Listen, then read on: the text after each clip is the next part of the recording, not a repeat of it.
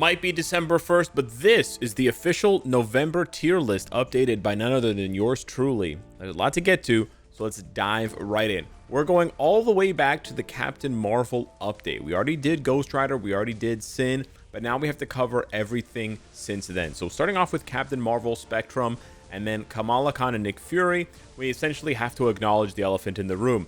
This was one of the worst updates of the year. Frankly speaking, it just was very devoid of any sort of meta shift. Even Captain Marvel barely beats Scarlet Witch, who we've now relegated to, I don't even know where she is, down here in Borderline?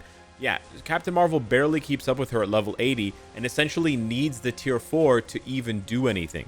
Now, I will acknowledge that Captain Marvel is a very good tier 4, especially for PvE content. She's very easy to play, and she's very consistent to play.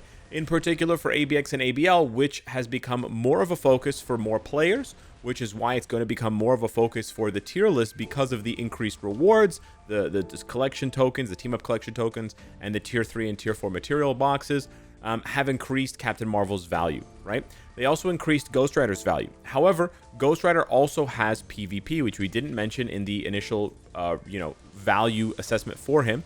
So I do want to acknowledge that because of the artifact, right? With the immortality artifact, Ghost Rider can actually clap cheeks in PvP content with that 7 seconds, up to 7 seconds. And so Captain Marvel actually gains even more value because she can take over for Ghost Rider on most of his days, and Loki or Black Bolt can cover the other days, leaving Ghost Rider to be built for PvP if you want. So that's a little bit of a mind fuck, but essentially Captain Marvel's value is not that high initially. But then because of the changes they make to ABX and ABL, her value gets bumped up, but only at tier 4. And then her value gets bumped up a little bit higher because players start realizing how strong Ghost Rider can be for PvP. Is he as good as Jean Grey, Adam, and Wolverine? No. He's not on that like tier 0 of PvP gods, but he's like one tier down, right? He's there with Carnage, he's there with Hulk, right? Not bad at all, especially since a lot of the PvP meta are villains, right? Besides Wolverine, Spider-Man, and Adam. So he punishes them dearly. And so because you may want to switch your Ghost Rider to PvP, Captain Marvel actually gains even more value there because she can sort of cover for him on the Universal Day while still having her own Universal Female Superhero Day to herself that she now beats Scarlet Witch out of. So that is essentially the standout of the Captain Marvel update, is Captain Marvel herself. Now, I wouldn't call her meta dominating, but I would put her squarely in the top of meta gods here, just above Thanos. Thanos loses value, of course. Thor is also going to lose value. I'd say he probably drops down to meta-ish at this point. Thanos is going to lose value here because of Loki, which we'll get to in a second. But just to reshuffle this thing around a little bit so people acknowledge that this is kind of where things are going, this is essentially how it looks here. Odin still being the best option for Alien Male Hero Day for ABL. Now, the rest of the Captain Marvel update, unfortunately, is a stinker. Kamala Khan got a really sad, just like nothing rework. And basically, she just stays exactly where she is. I almost want to move her down because that's how I'm upset I am about that rework. You can hardly call it a new uniform. It really is just a bad uniform. And then Nick Fury, although he gets a brand new uniform, which is really good for him, it doesn't change anything for him. Like, it's really good now that he can be used as a tier 3 support character. But that's basically it, right? That's just essentially what it comes down to. So yeah, he's a very good lead support. Don't get me wrong here. We can shuffle him to the top of this list. But it doesn't really change where he is, right? He's still just a lead support, and that's all he's sort of going to be. Spectrum here, I think, has limited PvP value. She has a nice leadership, but yeah, there's just really no room for her in the current meta. She doesn't do enough in PvP. She doesn't even have iframe ignore to really make sense in Otherworld battle. And then, of course, one-on-one, she has no chance of standing toe-to-toe with Jean, Wolverine, Adam, Spider-Man, Ghost Rider, right? All of these cats. So honestly, you can make the argument that Spectrum deserves to be somewhere here in the meta-ish category alongside someone like Mephisto. Even that, I would say, is a bit of a stretch. But I'll put her there for now. Doesn't have the support value of Mantis or Mysterio. Certainly not a god like these cats here. But yeah, that's basically where she is. So a very disappointing update overall. Very, very disappointing update with the MCU there. Certainly expected more, especially from an MCU update. So I can understand why people were sort of bored very quickly. And then we come to Loki and Sylvie. That's basically it. This is why this tier list feels kind of empty, because we've gotten so little that actually has moved the meta. The meta has moved in other ways, right? With the changes to ABX, ABL, rewards and the buffs there, it has really highlighted the value of the characters that I'm bolding here. Dr. Octopus, Magneto, Jean Grey, Luna Snow. Like, these, basically the best characters got better, right? They got just more value added on. But those changes didn't actually add any value to everyone else. I mean, you could argue that it had some value for someone like M'Baku as a support character, absolutely. Now, moving over to Loki and Sylvie. Not really much to say about Sylvie. I don't even think she deserves to be a borderline character, in my opinion. Yeah, you could put her at the bottom of borderline, sure. It doesn't really matter. Like, at this point, she basically just needs a rework already. She's not in the meta, right? She's just out of the meta. The meta is just too small. There's just not enough characters that are relevant and that need to be relevant. So honestly, the borderline category could just be chucked into the out of the meta category.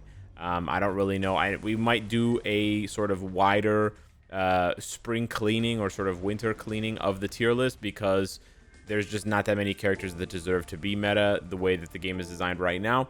However, on the plus side, Loki, very, very strong, particularly for ABX and ABL, but he does show some value for farming as well. In some limited testing that I did on stream, when I tier 4'd him there, he was able to keep up with Thor through 5 different stages, or 5 consecutive stages of farming. His average time was very, very close to Thor's. So I am tentatively going to put him here. I don't like to put new characters that get reworks in tier 4s right away in meta dominating, but we'll have to wait and see. The issue with Loki really is that he doesn't move the needle. I'm actually not going to put him there. You know what? He doesn't really move the needle for the majority of players because of the build requirements. The build requirements for Loki to really pop off are a brilliant rage or a brilliant destruction, and that's kind of too expensive to justify. So I do think he's good. I do think he got a very good rework, and he's certainly very good at tier 380, certainly at the top of meta gods, and I think that's a great place for him to start. He might end up working his way to meta dominating, but he doesn't really have the same value that Black Bolt does across all game modes, despite Black Bolt having fewer World Boss Legend stages. And he certainly has less value when you have a lesser account, so that's something else to consider. You know, if only the top 0.1% of players can utilize Loki to his full value, because you need to have a 4-star, 5-star, 6-star artifact, a brilliant CTP, then that's not really what's meta, right? That's what's absolute best, but that's not what the majority of players, right? That's not what players are adopting. So we'll see what ends up happening with Loki if his tier 4 gets reworked or anything like that. But in the meantime, that's just basically where he stands. And he realistically only has 2 days of ABX, ABL, or ABL anyways, not ABX. So it's not like he is, you know, blowing the top off. He's basically just competing with Black Bolt on one day and then sort of knocking Thanos down on another day, which is why Thanos finds himself down here. But as you can see, the vast majority of characters now in the meta-dominating category either have extreme PvP value, or they have extreme ABX, ABL value, which is absolutely needed to justify value these days for character builds. Given that we want to highlight the player base's renewed focus on ABX and ABL because of the upgraded rewards, I think it only makes sense to knock down some of these characters who no longer really meet those qualifications. So I'm actually moving Sharon Rogers out of meta gods down to, out of meta dominating down to meta gods, which I think makes sense there. She doesn't have any ABX, ABL value. She doesn't have any PvP value. She's very, very good for GBR, very, very good for World Boss Legend, but essentially not good for anything else. So frankly, she probably needs to be somewhere along the lines of like Doctor Strange, who basically fits the same categories that she does with the same limitations that she has. And honestly, Blue Dragon, you could make the argument between her and Star-Lord. She has much more PvP value, but again, he has more ABL value as an alternative to a close alternative to Odin.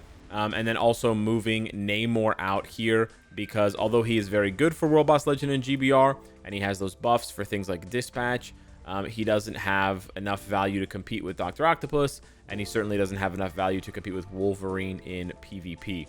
That's essentially how it sort of works out here. You could make the argument, I think you could make the argument that Spider-Man deserves to come back into meta dominating because of his continued PvP presence, but I do think he has been hurt by continued bans, especially in Otherworld Battle, which makes his effectiveness a bit limited. He's not quite as good in timeline battle as he is in something like Otherworld battle because of the AoE on the webbing and the the debuff and stuff like that.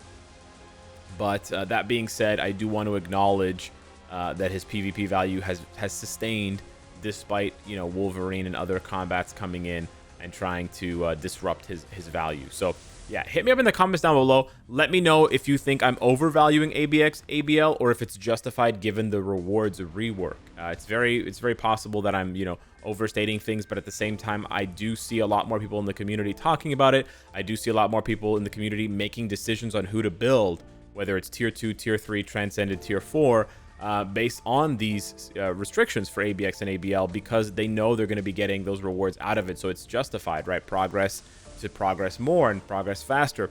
So yeah, I wanted to highlight that, but also to highlight the other side of the coin, which is essentially PvP, because we all know, especially for low spending free-to-play players, they need these PvP gods in order to get those crystals every week from Timeline, in order to get those month or 2-month crystals, 6 times a year crystals from Otherworld battle. So yeah, hit me up in the comments down below. Let me know what you think of the tier list. Let me know if you think we need a tier list refresh in terms of the overall balancing, because maybe it's a bit too out of whack now with the current state of the game. And I'll consider all things. Thank you so much for watching. Smash the like button, and I'll see you in the next one. Take care.